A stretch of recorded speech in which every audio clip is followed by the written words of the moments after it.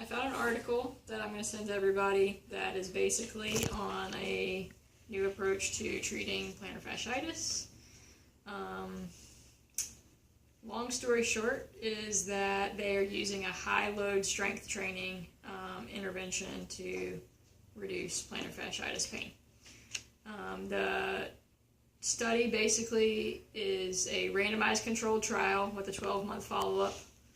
They have two groups in the trial. One group is only doing a stretching protocol, and they are given gel inserts for their shoes.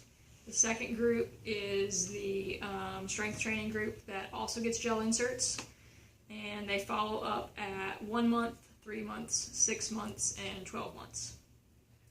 So basically the stretching that they're having them do is very basic. They are sitting in a chair with the affected leg crossed over, and then they are just flexing the foot back and also extending the great toe at the same time. They are holding that for 10 seconds, 10 times, and they're doing it 3 times every single day. So that's the stretching group. The strength training group is doing their exercises every other day. And what they're doing is a unilateral heel raise, where they're going to be on a step. The instructions call for just rolling up a towel, but if you just roll up the towel, it kind of smushes when you step down on it. So we just rolled up the wand inside of a towel, but you need them to be on a step, and they are going to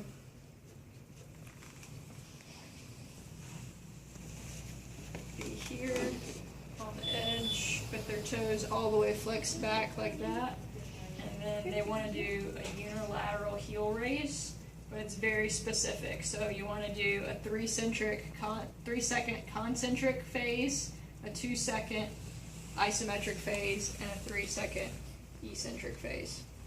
So you're basically going to do 1, 2, 3, up, hold 1, 2, down 1, 2, 3. Initially, if that is too painful for the patient, they're only going to do it with both feet. If they can handle doing it the unilateral, they'll go ahead and do it on the affected side, or if both feet are affected, they'll do it on each side individually. For the first 2 weeks, they want to do a 3 sets of a 12-rep max.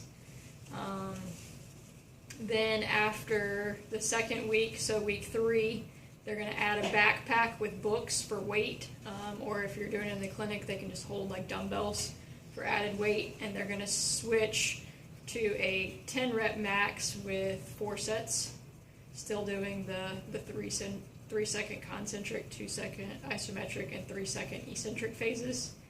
And then at the 4th week, they are going to decrease down to 8-rep max, doing 5 sets, and they're going to continue to increase the weight in the backpack. And then as they get stronger, they're going to continue increasing the weight as much as they can tolerate. Basically, they followed up with them at 3 months to do a couple of different interventions and outcome measures. One is the foot functional index, which is just a subjective questionnaire, and the other 2 things were just patient satisfaction and an ultrasound of the plantar fascia to measure thickness. The strength training group demonstrated like a significantly better outcome at the 3-month mark, but at 12-month follow-up, they continue to have pain, which most of them is probably because they quit doing the exercises at that point.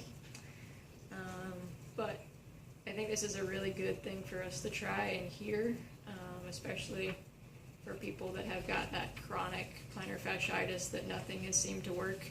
This might be a good new alternative.